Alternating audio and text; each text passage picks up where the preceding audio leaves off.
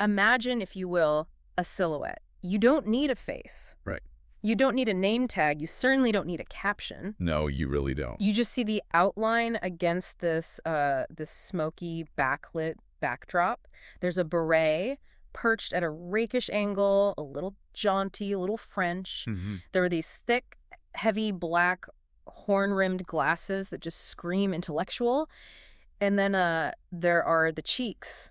The cheeks. We have to start with the cheeks. We really do. They are ballooning out to a size that honestly shouldn't be medically possible. It looks completely unreal. Right. It looks like a bullfrog in mid-croak, or like someone trying to smuggle 2 grapefruits through customs in their mouth. That's a great way to describe it. And finally, extending from that impossible face, a trumpet. But not a normal trumpet. It's bent upward at a 45-degree angle, pointing towards the sky like it's, I don't know, trying to signal aliens or something. It is, without a doubt. Yeah. One of the most recognizable shapes in American cultural history. Right. I mean, even if you think you don't know the first thing about jazz, even if you've never voluntarily listened to a trumpet solo in your life, you know that silhouette. Yes. It is absolute shorthand for cool. Exactly. We're talking, of course, about John Birks Gillespie. But the world in history knows him simply as Dizzy. Dizzy. Now, here's the problem with that silhouette. It's iconic, sure, but icons tend to flatten out reality. They turn actual complex people into logos. That is the perfect way to put it. It's a trap, really. Yeah. It's so easy to look at the cheeks, the bent horn, the jokes, and that Dizzy nickname and just see a caricature. A clown. Or just a showman. Exactly. A guy who's just there to make you laugh and play some high notes. But our mission for this deep dive is to shatter that cartoon image. We need to move past the entertainer to find the architect. Because when you actually dig into the source material, and we have a huge stack here today. We really do. We've got biographies, musicology papers, oral histories from guys who were literally in the room. And when you read all this, you realize that Dizzy Gillespie wasn't just a character. Not at all. He was arguably the most important musical intellectual of the 20th century. I would absolutely agree with that. He literally rewrote the language of jazz. And we aren't just talking about playing fast or playing loud here. Right. We are talking about a man who bridged the gap between the dance halls of the swing era, which you have to remember was pop music at the time, and the intellectual high-speed complexity of modern art music. He changed the math of it all. He did. He introduced harmonic structures that people actually thought were wrong or ugly at the time. And he didn't stop there. No, he didn't. He also brought global rhythms, specifically Afro-Cuban beats, into the American mainstream in a way that had never been done before. I mean, he is the primary reason that jazz has a Latin tinge today. So the thesis for this deep dive is pretty clear, I think. Dizzy Gillespie was a musical revolutionary disguised as a stand-up comic. The Trojan horse of genius. A Trojan horse of genius. I love that. He was a rebel. And we're going to talk about knife fights with his boss, literal knife fights. Oh, yeah. That story is wild. Political pranks that landed him on FBI watch lists and telling the U.S. government exactly where to stick their draft card during World War II. But we have to balance the rebellion with the rigor. We really need to break down the evolution of the sound, because you can't separate the man's life from the music he created. The Dizzy persona was the shield, but the music was the sword. I love that image, the shield and the sword. Yeah. So buckle up. We are going deep on Dizzy today. Let's do it. Let's unpack this. Where does a virtuoso like this actually come from? Because he didn't just pop out of the womb in South Carolina playing high C's in a beret. No, though that is a fantastic image to picture. Right. But to understand Dizzy, you have to understand the context of the American South in 1917. He was born in Cheraw, South Carolina. And when we look at his origins in the sources, you see this classic, incredibly volatile mix of immense opportunity and crushing tragedy. Paint the picture for us. 1917, South Carolina. Okay, so it's the deep Jim Crow South. Yeah. Segregation is the absolute law of the land. Yeah. Poverty is widespread. And Dizzy was the youngest of 9 children. 9 kids. That is a full house. Very full. And in 1917, keeping 9 kids fed and clothed. That is a hard, hard life. A very hard life. But there was a silver lining in the Gillespie household. His father, James Gillespie, was a local bricklayer by trade, but on the weekends, he was a band leader. Ah. That is a crucial detail here. It meant there were instruments just lying around the house, It wasn't a home void of music. That proximity is everything, isn't it? Just having the physical object there for a kid to touch. Exactly. I mean, if the piano's in the corner, a 4-year-old is going to bang on it. Sure. And that's exactly what Dizzy did. He started on the piano at age 4. Age 4. I was still eating paste at age 4. Yeah. And probably not even the good paste. Well, by age 12, he had taught himself the trombone and the trumpet. He was just naturally gifted. Wow. But here is the tragedy that really defines the early narrative for him. His father treated the kids harshly. He was known as a tough, distant man. But he was the musical connection for Dizzy. And then he died when Dizzy was only 10 years old. Oh, wow. So he loses that paternal figure, that musical guide, right before he hits adolescence. That usually goes one of two ways. The kid spirals or the kid focuses. Dizzy focused. Yeah. But the spark, the lightning bolt moment where he really knew his destiny didn't actually come from his dad. Really? Yeah, the source material talks about a specific moment when he heard Roy Eldridge on the radio. Okay, so for our listeners who might not be deep into 1930s jazz lore, set the stage for Roy Eldridge. Roy Eldridge was the trumpet king of that era. He was the vital bridge between Louis Armstrong and what came next. It's amazing how radio did that for a whole generation. Just a sound coming through the ether, changing a life trajectory in a split second. It really was magic. You couldn't see him. You couldn't pull up a video tutorial online. You just heard this incredible sound. Right. And Eldridge played with this speed and agility that was just unlike anyone else at the time. He played the trumpet almost like a saxophone. Lots of notes, very fast. Which is hard to do on a trumpet. Extremely. And that captivated Dizzy. He decided right then, that is what I'm going to do. But he needed training, right? You don't get to be Dizzy Gillespie just by listening to the radio. No, you don't. He ended up getting a music scholarship to the Laurinburg Institute in North Carolina.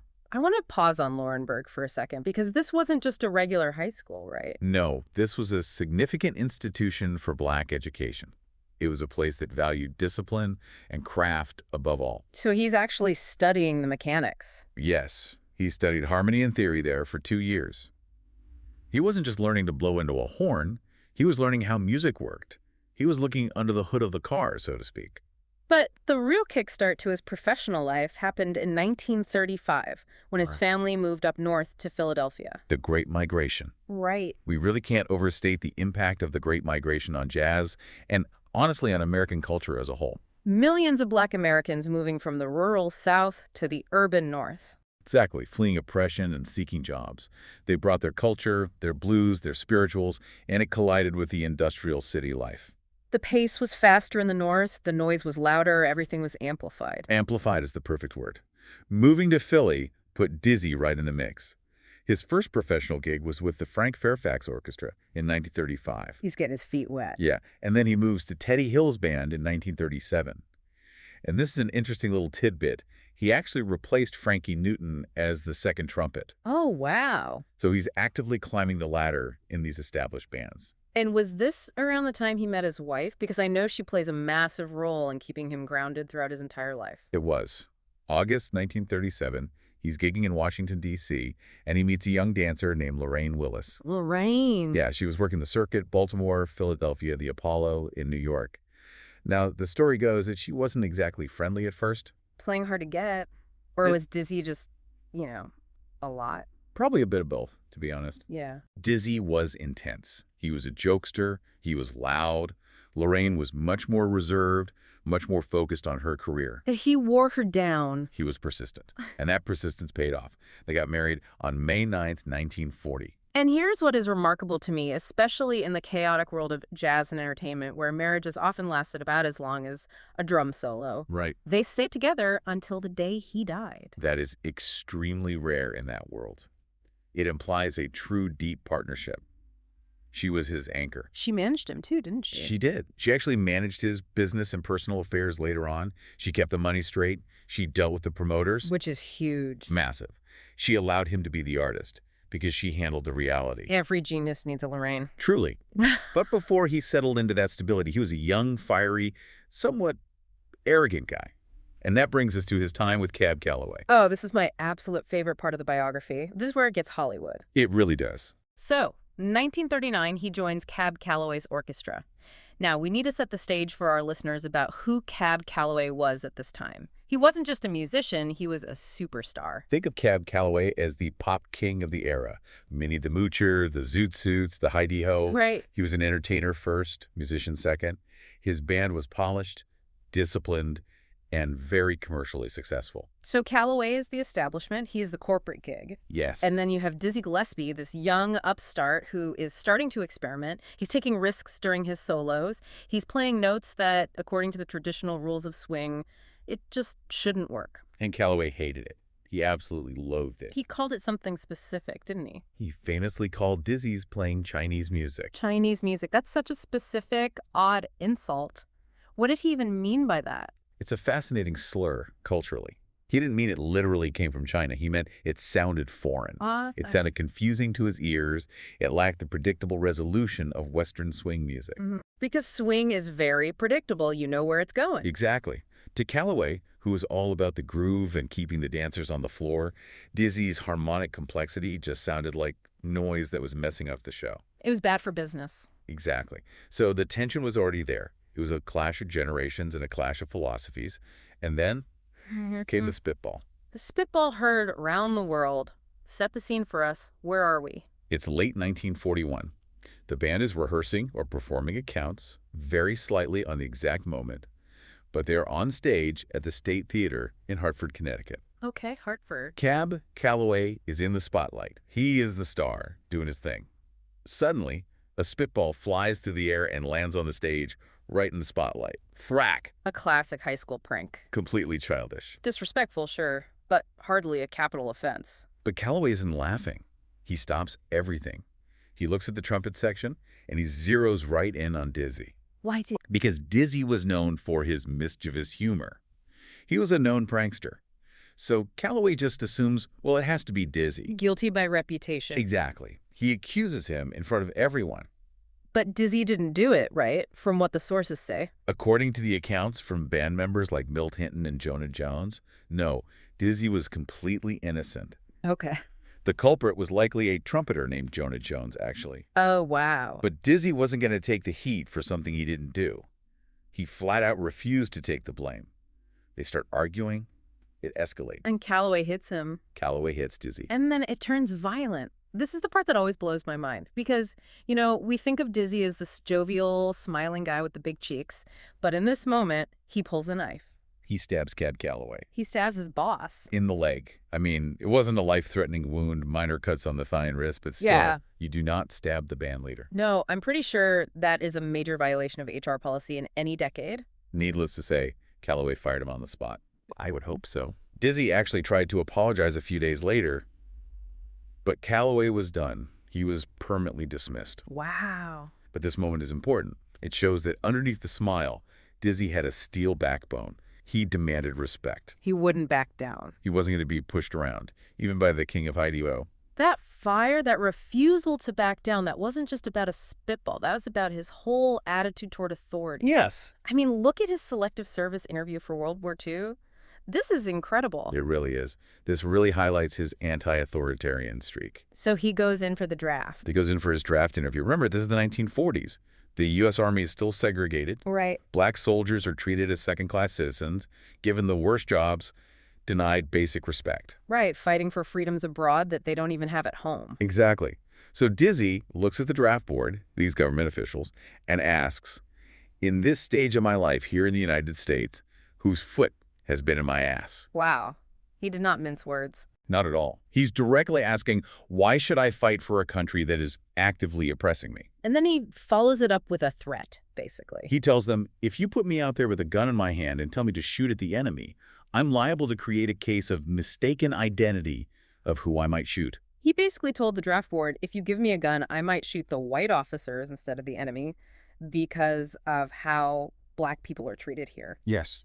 That is a wildly dangerous thing to say to the government in the 1940s. He could have been arrested on the spot. Precisely. He played crazy to make a very sane, very sharp political point. And what was the result? He was classified 4F, unfit for service. He stayed home. Which changed history. It did. That classification was crucial for music history because while the war was raging and many of the top musicians were shipped overseas, Dizzy Gillespie was in New York, in the lab, inventing the future. The incubator. Let's talk about the Earl Hines Band, because this is where the chemistry set really starts bubbling. This was 1943. The Earl Hines Band is absolutely legendary among jazz historians. It is often referred to as the incubator of bop. The lineup was insane, right? It was. You had Dizzy Gillespie.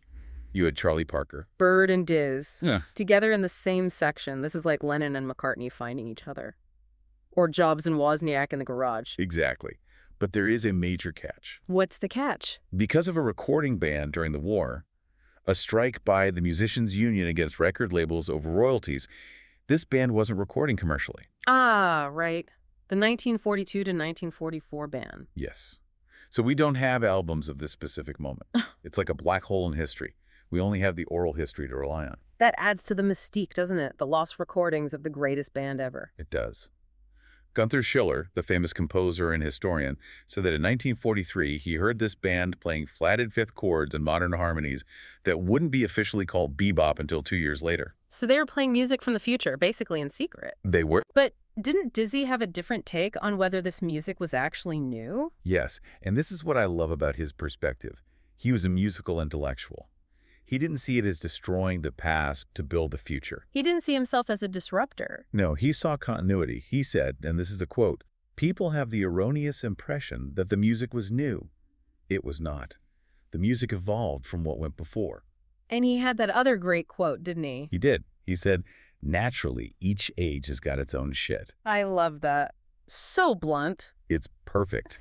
He saw the natural progression where others just saw disruption and chaos. But for the listener, for the average person in a club, the difference between swing and this new sound bebop was totally jarring. We need to explain why it was so different. Right, let's break it down. Let's do an Eli I-5 explain before him. Right. Like, I'm 5 on bebop. So swing was pop music. It was for dancing. It felt good. Bebop was anxiety. That's a really good way to put it. Swing is based on a steady, danceable pulse. It resolves nicely. You can tap your foot to it. Right. Bebop broke that pulse. It was faster, often way too fast to dance to. It was much more dense. But the real revolution was in the specific notes they chose to play. How so? Charlie Parker and Dizzy were developing a highly complex system where they added chords to existing progressions, stacking them up. Can you give us an analogy for the non-musicians out there? Sure. Imagine swing is like a nursery rhyme. It's predictable, comforting, you know exactly where the rhyme is landing. Mary had a little lamb, you know what comes next. Right. Bebop is like a complex, rapid-fire slam poetry session. They were taking the exact same basic structure, but cramming in 3 times as many ideas, using words or notes that didn't technically rhyme but sounded amazing if you said them with the right attitude and speed. That makes total sense. And what about the flatted fifth? That gets mentioned a lot. That's the famous devil's interval, right? Right. In traditional harmony, the 5th note of a scale is very stable. It feels like home. It feels safe and resolved. If you flatten it, meaning you lower it by just a half step, it creates massive tension. It sounds unresolved. It sounds almost like a question mark or even a threat. And they leaned into that. They built their entire melodies around these unresolved tensions. It required serious mental gymnastics to resolve them back to the key at the speed they were playing. It sounds exhausting to play. It was. And to listen to. For the uninitiated. So tracks like Groovin' High, Salt Peanuts, and Woody and You. Yes, Woody and You was actually the first formal recording of bebop in 1944. They sounded completely radical. Alien, even? And A Night in Tunisia. That's one of the really big ones. Written in 1942, it has that iconic syncopated bass line. Bad-dum, bad-da-da-dum. I can hear it right now. If you listen to modern music, hip-hop, R&B today, you still hear the exact DNA of that bass line. It's totally timeless. So they are building this complex, tense sound in the after-hours clubs, Minton's Playhouse, Monroe's Uptown House. They are the architects of the future. But it wasn't an instant hit, was it? This wasn't the Beatles on Ed Sullivan where the girls are screaming and everyone buys the record. Not at all. The mainstream was very resistant. In late 1945, Dizzy and Parker went to Los Angeles to play at Billy Berg's club. Ah, the LA trip. They thought they were bringing the new gospel to the West Coast. And the West Coast said, no thanks. It was a disaster. The audience just didn't get it at all. They wanted to jitterbug. They wanted to swing and drink. They couldn't dance to this frantic, complex noise. The reception was mixed to poor. That must have been absolutely crushing for them. It was bad. The band actually broke up after that gig. Really? Yeah, Parker stayed in California, which tragically led to his terrible struggles with heroin and mental health out there. And Dizzy pushed forward and went back east. But that failure at Billy Berg's is important, I think, because it shows that bebop wasn't immediately embraced. It was a struggle. Yes, it was an avant-garde art movement, not a pop trend. It required work from the listener. But Dizzy, being Dizzy, knew how to market it. He knew he needed a hook. If the music is hard to understand, give them something to look at. And that brings us to the visual image. We have to talk about the cheeks. The cheeks. The medical term is laryngoceles. Laryngoceles. Sounds like a dinosaur. It really does. Essentially, it's a condition where the neck muscles and tissues distend because of the immense back pressure created by blowing the horn so hard. Right? Medically, it's highly unusual. Most trumpet players are taught from day one to keep their cheeks very tight to support the embouchure. So he was doing it wrong, technically? Technically, yes. If you go to Juilliard or any conservatory today, they will explicitly tell you not to do that. You can damage your tissues. But he made it work. He made it work for him. For Dizzy, it became his trademark. It looked like he was storing grapefruit in his mouth. It gave audiences something to look at, something to marvel at, while their brains were trying to process the crazy notes. Exactly. It made him a spectacle. It's one of those things that if you saw it on a medical chart, you'd be worried, but on stage, it was a special effect. That's right. But the other part of the visual, the bent trumpet, that wasn't a medical condition. That was a complete accident. A very happy accident. Eh? And we can pinpoint the exact date it happened. January 6, 1953. Snooki's in Manhattan? Yes. Dizzy is throwing a party for his wife, Lorraine. His trumpet is sitting on a trumpet stand on the stage. Okay. And there were these dancers, a comedy dance duo called Stump and Stumpy. Stump and Stumpy. You literally can't make this stuff up. It sounds like a vaudeville routine from a cartoon. It was. They were a physical comedy act. During their routine, they're tumbling around doing pratfalls, and one of them falls off balance, and they land right on Dizzy's trumpet. Oh, man. Imagine the sound of that crunch. The collective gasp in the room. Yeah. That is a precision, expensive instrument. And the bell of the trumpet bent upward at exactly a 45-degree angle. Wow. Now, most musicians would be horrified, right? The instrument is completely ruined. Yeah, you'd be furious. But Dizzy, being curious, picks it up and plays it. Yeah? And he likes it. He likes the broken trumpet. Why on earth would he prefer that? It all came down to acoustics. Yeah. Because the bell was pointing up, the sound wasn't going straight out into the audience's knees or the floor. Right. It was going up towards the ceiling and bouncing back down towards his ears. He could hear himself much better.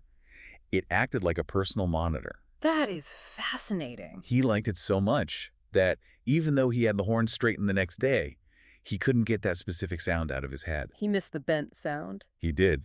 So he commissioned a new horn from the Martin Company to be made intentionally bent. Based on a sketch by his wife, Lorraine. Correct. Yeah.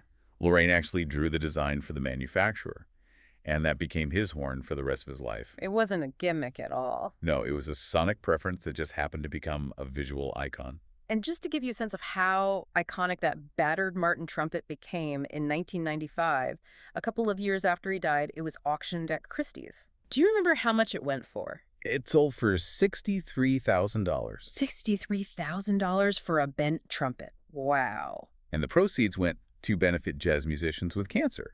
So even his accident ended up helping people down the line. That is beautiful.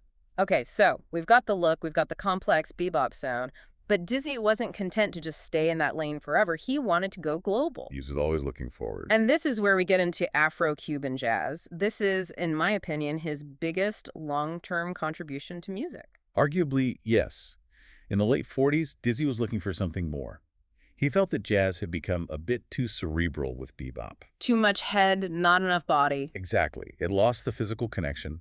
He wanted to reconnect jazz with rhythm, specifically the deep rhythms of the African diaspora. And he had a connection to help him do that, right? Mario Bauza. Mario Bauza, a fellow trumpeter and a massive figure in the Latin jazz scene.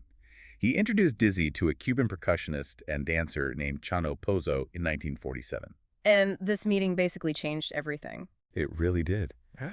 Chano Pozo joined Dizzy's big band. Now, think about this fusion for a second. Okay. You have the highly complex intellectual harmonic structure of bebops, the Yeah. difficult chords, the blistering speed. Right. And then you layer it over the driving, earthy, intensely syncopated rhythms of Afro-Cuban conga drumming. It's the best of both worlds. It's the brain and the hips working together. Exactly. In traditional swing, the rhythm is a triplet feel. Da-da-da-da-da-da. It's a shuffle. Yeah. In Afro-Cuban music, the rhythm is based on the clave. Clack, clack, clack, clack, clack. It's straight eighth notes. It's highly polyrhythmic. So merging those two feels must be incredibly difficult. It's like trying to speak two languages perfectly at the exact same time. But they did it. They figured out the formula. And they created huge hits out of it. Yes. Tracks like Manteca and Tin Deo. Manteca starts at that huge bass line, and the congas, it's literally impossible not to move to it. And the significance here is that unlike pure, abstract bebop, which you sat and listened to with a furrowed brow in a smoky club, Afro-Cuban jazz made people dance again. It saved the music from becoming purely academic. It brought the joy back to the physical movement while keeping the intellectual rigor. He was bridging cultures, and the U.S. government actually noticed this. They realized, hey, this guy is charming, he's famous, he's brilliant, let's use him. The Cold War was heating up. The State Department wanted to send American culture abroad to win hearts and minds, specifically to counter Soviet propaganda. Because the Soviets were highlighting American racism, right? Pointing out Jim Crow. Yes, and it was a very effective critique. So in 1956, the U.S. government organized a tour for Dizzy Gillespie. Of all people. He took a band to the Middle East, to Pakistan, Syria, Turkey. The irony here is just incredibly thick. The rebel who got fired by Cab Calloway, the guy who basically told the draft board he wouldn't fight for a racist country, is now the official face of America abroad. It is deeply ironic. Yeah. But Dizzy was pragmatic. He excelled at it. He earned a new nickname from it, didn't he? He did. He earned the nickname the Ambassador of Jazz. But he didn't do it to just toe the government line. No, he didn't do it for the State Department. He did it for the actual people he met. Yeah. He saw music as a pure diplomatic tool. A way to connect people regardless of politics or language. Exactly.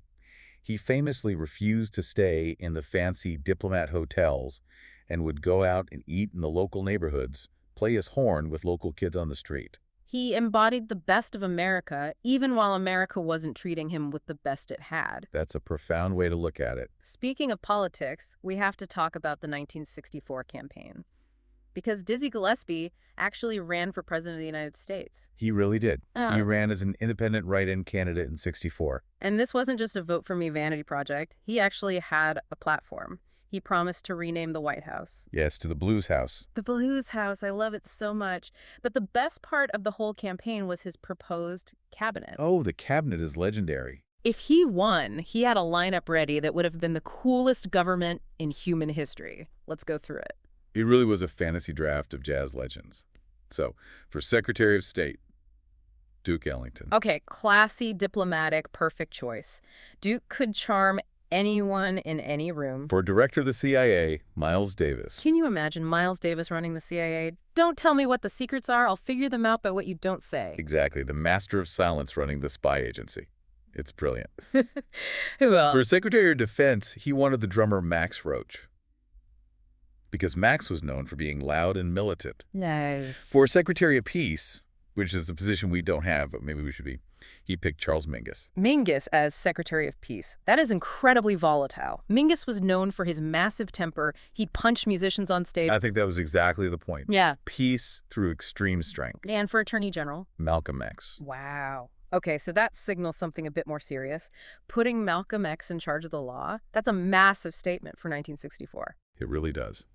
And his running mate, his VP, was the comedian Phyllis Diller. Phyllis Diller. So, on the surface, this looks like a giant prank. Campaign buttons, jokes about the Blues House, comedians on the ticket. It started as a joke by his booking agency to sell concert tickets. But Dizzy, being Dizzy, turned it into something deeply meaningful. How so? The proceeds from all those campaign buttons didn't go into his pocket. They went straight to CORE, the Congress of Racial Equality and the SCLC, to support Martin Luther King Jr. So he used the satire to fund the civil rights movement. That is brilliant. Precisely. It was performance art with a real political purpose. And he took it somewhat seriously later on, too, didn't he? He briefly announced another run in 1971, but ended up withdrawing.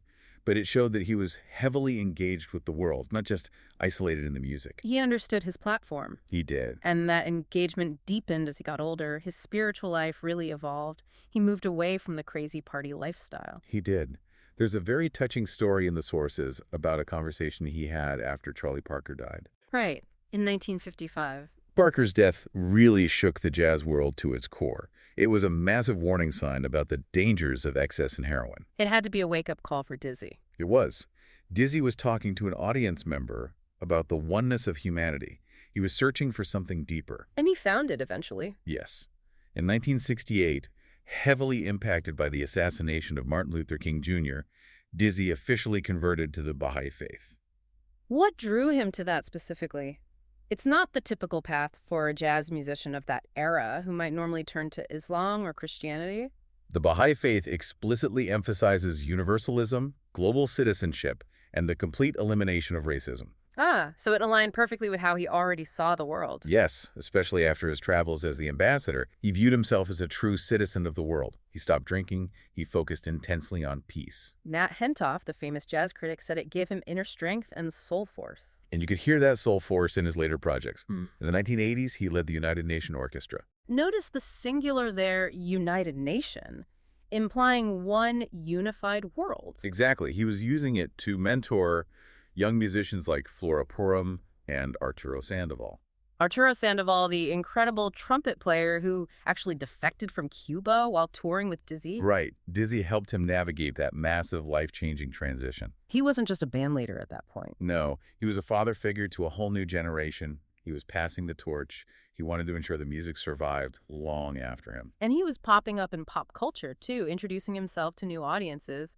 He's on Stevie Wonder's huge hit Do I Do in 1982, playing the trumpet solo. And going back a bit, he voiced a character in an animated short called The Hole in 1962, which actually won an Oscar. I didn't know that. Yeah, and he starred in a film called The Winter in Lisbon. He just kept working, kept exploring. He didn't just retire to a rocking chair. He kept going until the body just couldn't keep up anymore. Yes. The end came relatively quickly, unfortunately. In December 1991, he suffered a severe medical crisis during a gig in California. And what was it? It turned out to be pancreatic cancer. There's a truly heartbreaking detail in the biography about his 75th birthday celebration. Yes. Carnegie Hall, 1992. It was supposed to be this massive celebration of his life. Right. The Second Baha'i World Congress was involved. Incredible musicians like John Faddis and James Moody were there to play. The hall was absolutely packed. But Dizzy was too sick to attend his own tribute. That is devastating. It is. But the band played on. They played their hearts out for him that night, knowing he probably wouldn't ever play again. It was essentially a tribute to a living ghost. He passed away just a few weeks later on January 6, 1993, in Englewood, New Jersey. His funeral was held at St. Peter's Lutheran Church.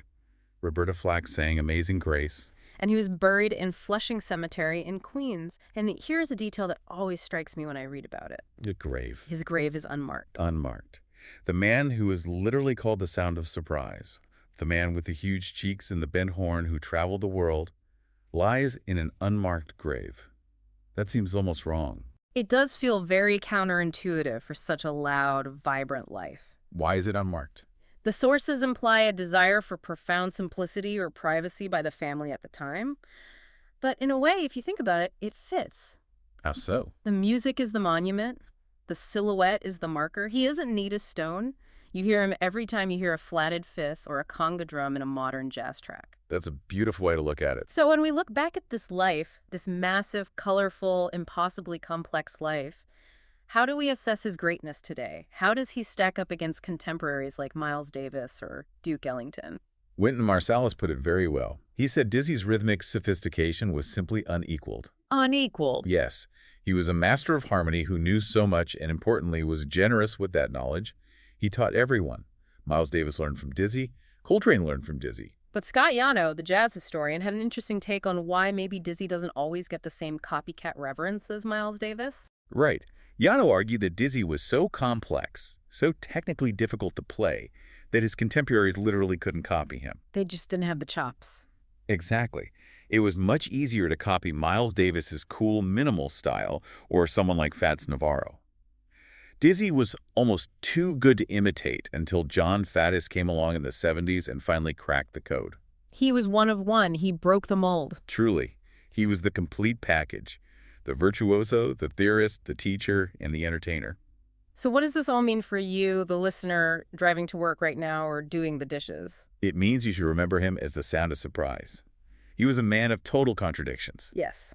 He was a virtuoso who was also a comedian, a rebel who became a global ambassador, a complex theorist who just wanted people to dance. He reminds us that you don't have to be just one thing in this life. Exactly. You can be serious and funny. You can be deeply intellectual and incredibly soulful. And he challenged us to think about the world differently, which brings me to a final provocative thought I want to leave you all with. Go for it. Think about that cabinet he proposed in 1964. Sure, it was a joke on the surface. But imagine for a second a world actually run by artists.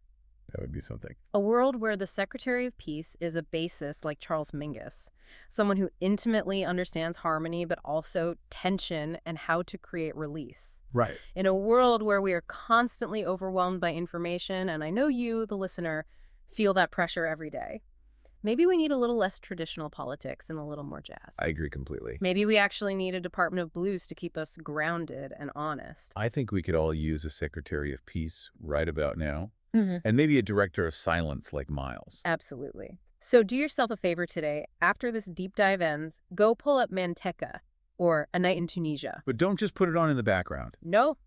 Listen to it. Listen for that bent trumpet cutting through the air. Listen for those Afro-Cuban rhythms that shouldn't be there but fit perfectly. Listen to the sound of surprise. Thanks for diving deep with us. We'll see you next time.